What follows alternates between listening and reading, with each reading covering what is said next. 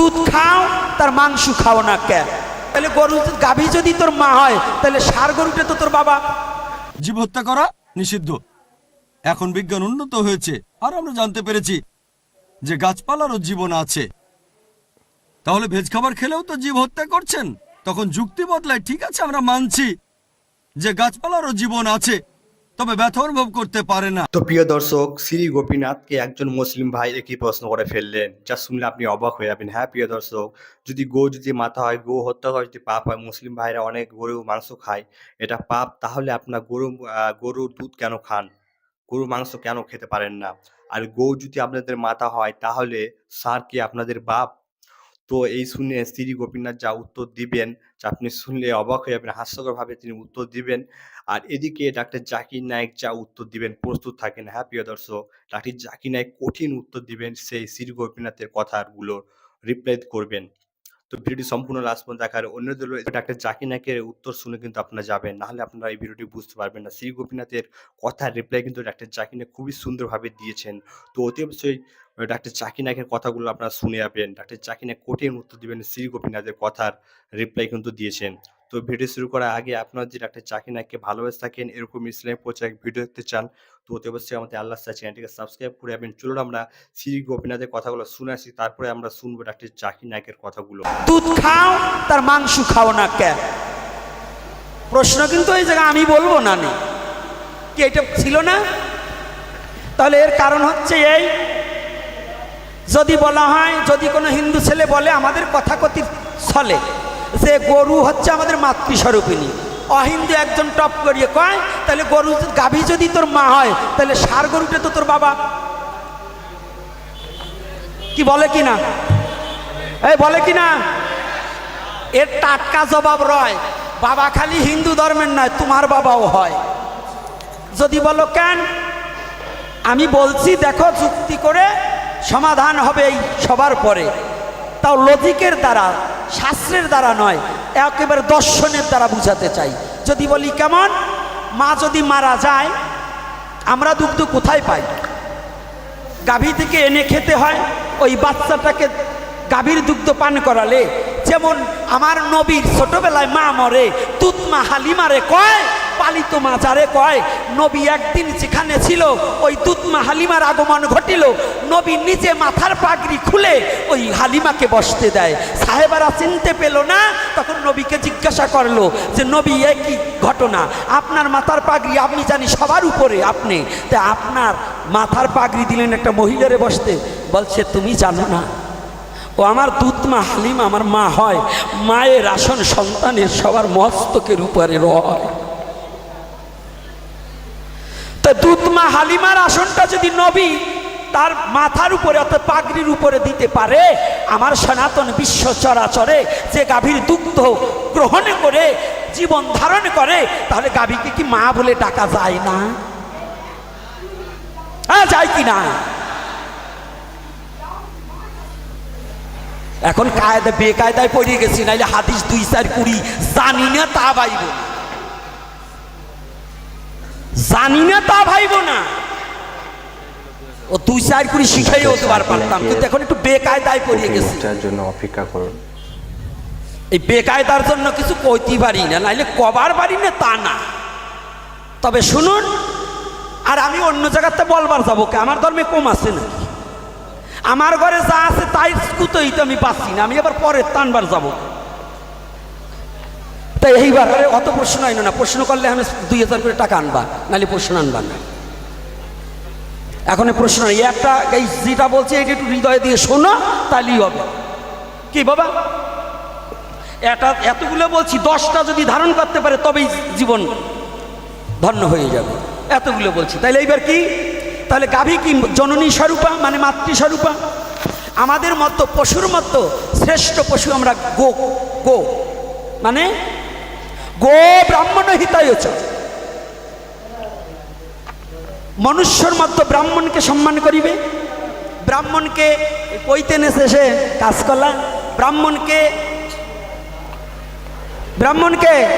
ওই যে উত্তরবঙ্গে একটা বাইরে এসে কয় 52-এর সালই 52 হবে, মানে পাড়ার সাউই পাড়াবে, ওটার পেটে আর কিছু হবি না, বাদ দাও। তুমি যদি এই ছাগলের সাথে সনাতন ধর্মের সাথে তুলনা করো, এইটা কি চলে? ছাগলের ছাগল হবে, এইটাই নিয়ম চলে না। সনাতন ধর্ম সেটা চলে না। সনাতন ধর্ম হচ্ছে সাধনার ধর্ম।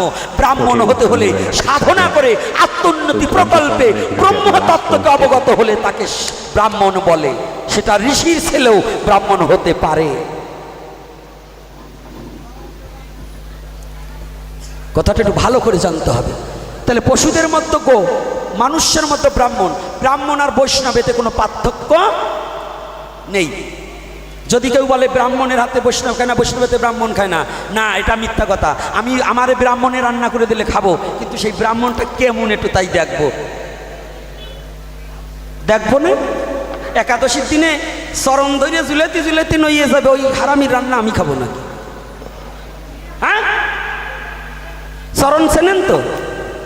আজকাল সনাতন ধর্মের মধ্যে গুরুদেবের পা ধোয়া জল খায় না, মুরগির পা ধোয়া জল খায়। কারণ হিন্দু বাড়িতে মুরগি পোষে, গুরুদেব দীক্ষা নেবার চায় না। কারণ দীক্ষা নিলে পরে আবার জ্বালা আছে, এটা খাইও না, ওটা খাইও না, এটিও করো, ওটা করো। আর যদি মুরগি পুষি তাহলে তার কোনো জ্বালা যন্ত্র নাই, প্রত্যেক দিন এটা করে ডিম দেবে।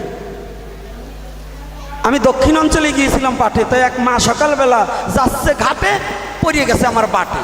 তাই অমনি প্রণাম করে কয়, বাবা কি একটা কথা বলবো কি, আপনাদের দেখলেই প্রাণে লাগে ভয়। তাই আমি বলছি কেন মা? তো প্রিয় দর্শক, আপনারা শুনলেন শ্রী গোপীনাথের কথাগুলো। এবার চলুন ডাক্তার জাকির নায়কের কথাগুলো শুনে আসবে। ডাক্তার জাকির নায়ক কি বললেন গরু হত্যা নিয়ে, গরু মাংস খাওয়া কি এটা সত্যিকারই পাপ কিনা, গরু আমাদের মাথা কিনা। তো ডাক্তার জাকির মাসাল্লাহ খুবই সুন্দরভাবে উত্তর দিলেন, গরু মাংস খাওয়া কি সত্যি পাপ। তো চলুন আমরা ডাক্তার জাকির নায়কের মুখ থেকে শুনে আসি। অনেক ভুল ধারণা আছে যে হিন্দুদের ননভেজ খাবার খাওয়া উচিত না, এটা ভুল ধারণা। যদি হিন্দু ধর্মগ্রন্থ পড়েন, এটা আছে মনুস্মৃতিতে অধ্যায় নম্বর 5 অনুচ্ছেদ 30, ঈশ্বর প্রাণী বানিয়েছেন, তাদেরকে কেউ খাবে আর কাউকে খাবে অন্যরা। যদি তুমি খাওয়ার জন্য সৃষ্টি করা প্রাণী খাও তাহলে কোনো পাপ হবে না। মনুস্মৃতিতে আছে অধ্যায় 5 অনুচ্ছেদ 31 যে ঈশ্বর কিছু প্রাণীকে সৃষ্টি করেছেন উৎসর্গের জন্য, সেই ধরনের প্রাণীকে হত্যা করো, কোনো পাপ হবে না। মনুস্মৃতিতে আছে অধ্যায় নম্বর 5 অনুচ্ছেদ 40 যে উৎসর্গের জন্য প্রাণী হত্যা কোনো পাপ নয়।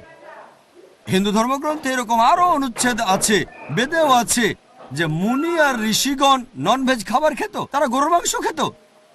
মহাভারত পড়লে দেখবেন অনুশাসন পর্ব অধ্যায় নম্বর 88, পাণ্ডবদের গল্পটা তো জানেন। পঞ্চপাণ্ডব 5 ভাই, সবচেয়ে বড় ভাই যুধিষ্ঠির, তিনি ভীষ্মকে জিজ্ঞেস করলেন যজ্ঞের সময় কি উৎসর্গ করব, পূজার সময়, যাতে আমাদের পূর্বপুরুষেরা সন্তুষ্ট হবেন। ভীষ্ম উত্তরে বললেন, যদি তুমি লতাপাতা আর শাকসবজি উৎসর্গ করো তাহলে আমাদের পূর্বপুরুষেরা সন্তুষ্ট থাকবেন 1 মাস। মাছ উৎসর্গ করলে 2 মাস, যদি তুমি মাংস দাও তাহলে 3 মাস, যদি খরগোশ উৎসর্গ করো তাহলে 4 মাস, যদি ছাগল দাও তাহলে 5 মাস, শুকরের মাংস দিলে তখন 6 মাস, যদি পাখির মাংস দাও তাহলে 7 মাস, হরিণের মাংস দিলে 8 মাস। এভাবে তিনি বলে গেলেন। মহিষের মাংস দিলে 11 মাস, যদি গরুর মাংস দাও তাহলে পূর্বপুরুষেরা সন্তুষ্ট থাকবেন পুরো 1 বছর। আর যদি চাও যে পূর্বপুরুষেরা সন্তুষ্ট থাকবেন একেবারে সারা জীবন, তাহলে ছাগলের লালচে মাংস দাও বা গন্ডারের মাংস দাও। এ কথা কে বলেছেন? ভীষ্ম যুধিষ্ঠিরকে। পুরো তালিকা দেওয়া আছে, শাকসবজি, মাছ, খরগোশ, ছাগল, সবকিছু আছে, মহিষ, গরু। তাহলে হিন্দু ধর্মগ্রন্থ বলছে ননভেজ খাওয়ার অনুমতি আছে। হিন্দুরা এখন এগুলো মানে কারণ তাদেরকে প্রভাবিত করছে অন্যান্য ফিলোসফি, যেমন অহিংসা। এখন হিন্দুরাও এটা পালন করে। আর যারা এই অহিংসা নীতি মেনে চলে যে নন ভায়োলেন্স, জীবিত প্রাণীকে হত্যা করা যাবে না, যদি একজন মানুষ কোন রকম প্রাণী হত্যা না করে টিকে থাকতে পারে, আমি সেটার পক্ষে আছি। এখন তারা বলে প্রাণী হত্যা করা এটা খুব বড় পাপ, কারণ এটা হচ্ছে জীবন, জীব হত্যা করা নিষিদ্ধ। এখন বিজ্ঞান উন্নত হয়েছে আর আমরা জানতে পেরেছি যে গাছপালারও জীবন আছে। তাহলে ভেজ খাবার খেলেও তো জীব হত্যা করছেন। তখন যুক্তি বদলায়, ঠিক আছে আমরা মানছি যে গাছপালারও জীবন আছে, তবে ব্যথা অনুভব করতে পারে না। তাহলে একটা গাছকে হত্যা করা প্রাণী হত্যার চেয়ে কম গুরুতর পাপ। আচ্ছা, তর্কের খাতিরে মানলাম, কিন্তু এখন বিজ্ঞান বলছে আমরা মানুষরা যে শব্দ শুনতে পাই তার কম্পনাঙ্ক 20 সাইকেল পার সেকেন্ড থেকে 20,000 সাইকেল পার সেকেন্ড। এর নিচে বা উপরে হলে আমরা শুনতে পাই না। বর্তমানের বিজ্ঞান বলে যে গাছপালা কান্নাকাটিও করে, কিন্তু সেটা মানুষ শুনতে পায় না। আমেরিকার এক কৃষক একটা যন্ত্র বানিয়েছেন যেটা দিয়ে গাছের কান্না মানুষ শুনতে পাবে আর জানতে পারবে কখন গাছের পানি লাগবে। তখন হয়তো বলবেন, আচ্ছা ঠিক আছে, মানলাম যে গাছপালা যন্ত্রণা অনুভব করতে পারে, তবে এদের 2 বা 3টা ইন্দ্রিয় কম আছে, তাই গাছপালা হত্যা করা কম গুরুতর পাপ পশু পাখি হত্যার চেয়ে তাদের ইন্দ্রিয় 5টা।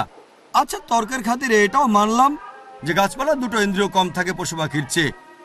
আপনাদের একটা প্রশ্ন করি, যে ধরেন আপনার ভাই, আল্লাহ না করুন, ধরেন সে জন্মালো বোবা আর কালা হয়ে, আর বড় হওয়ার পরে তাকে কেউ মেরে ফেললো, তখন কি জজের কাছে গিয়ে বলবেন, মাই লর্ড, এই খুনিকে কম শাস্তি দেন কারণ আমার ভাই ছিল বোবা আর কালা?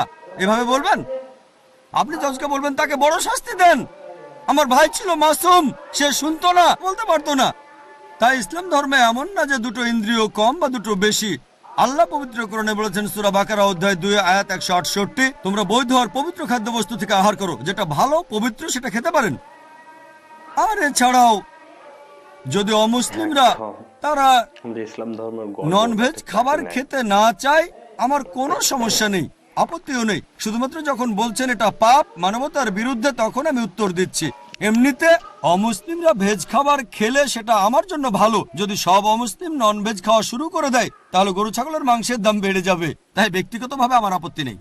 মাশাআল্লাহ, শ্রী গোপীনাথের কথা রিপ্লাই কিন্তু ডাক্তার জাকির নায়েক দিয়ে দিয়েছেন। এই জন্য ডাক্তার জাকির নায়েককে জ্যান্ত কম্পিউটার বলা হয়। হ্যাঁ প্রিয় দর্শক, যে কোনো প্রশ্ন করেন না কেন তিনি উত্তর দিতে সক্ষম হয়। মাশাআল্লাহ, শ্রী গোপীনাথ তিনি বলেছিলেন, প্রশ্ন করেছিলেন যে একজন মুসলিম ভাই, যে গৌ যদি মাতা হয় তাহলে স্যার তোমাদের কিন্তু পাপ হবে। আর সত্যি কিন্তু এরকমই উত্তর দিলেন ডাক্তার জাকির নায়েক। তিনি চুপ হয়ে গেছেন। তো এই জন্য একটা জাকির নায়েক আমরা জ্যান্ত কম্পিউটার বলে থাকি। ইসলাম ধর্ম সবথেকে সঠিক ধর্ম। আপনারা যে ইসলাম ধর্মকে আমরা ভালোভাবে দেখেন, কিন্তু ইসলামই সবথেকে একটা সঠিক ধর্ম। তো অতি অবশ্যই আমাদের ইসলামের পথে আপনারা ফিরে আসুন। আর এই ভিডিওটিকে অতি অবশ্যই মুসলিম ভাইদেরকে বেশি বেশি করে শেয়ার করে দিবেন, আমাদের মা বোনদেরকে দেখার সুযোগ করে দিবেন। তো দেখা হবে নতুন একটি ভিডিও।